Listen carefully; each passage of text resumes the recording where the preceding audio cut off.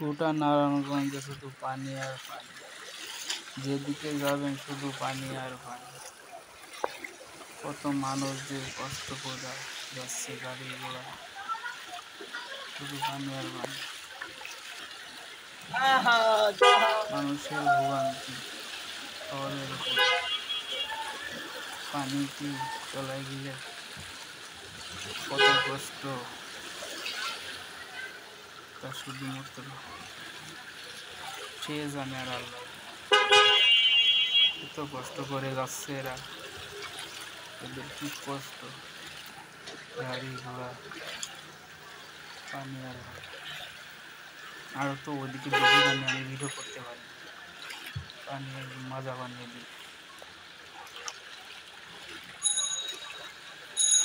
সবাই ভিডিওটা শেয়ার করে মানুষকে দেখার সুযোগ করে দেবেন।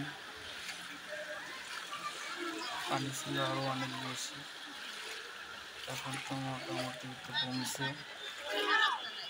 তো সবাই ভিডিওটা শেয়ার করে সবাইকে দেখার সুযোগ করে দিন।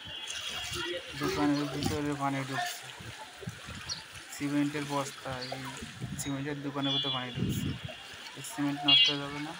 কত ক্ষতি মানুষের, এই ক্ষতি কে দিবে? আল্লাহ পাক মানুষের এত বিপদে ফেলায়। গরিব রাষ্ট্র আমাদের বাংলাদেশ, এখানে পানি দিয়ে পুরো এলাকা চলে গেছে। কিভাবে মানুষ চলাচল করবে? পানি আর পানি।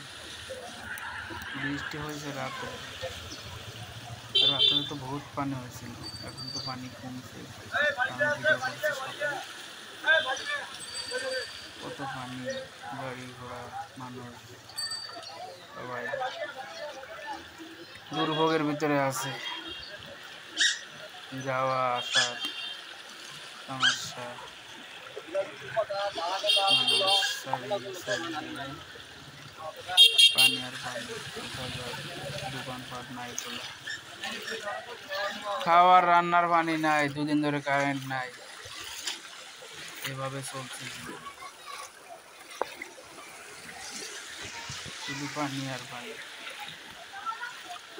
তো আজকের ভিডিওটা এখানে শেষ করতেছি। সবাই ভালো থাকবেন, সুস্থ থাকবেন, সবার জন্য সবাই দোয়া করবেন।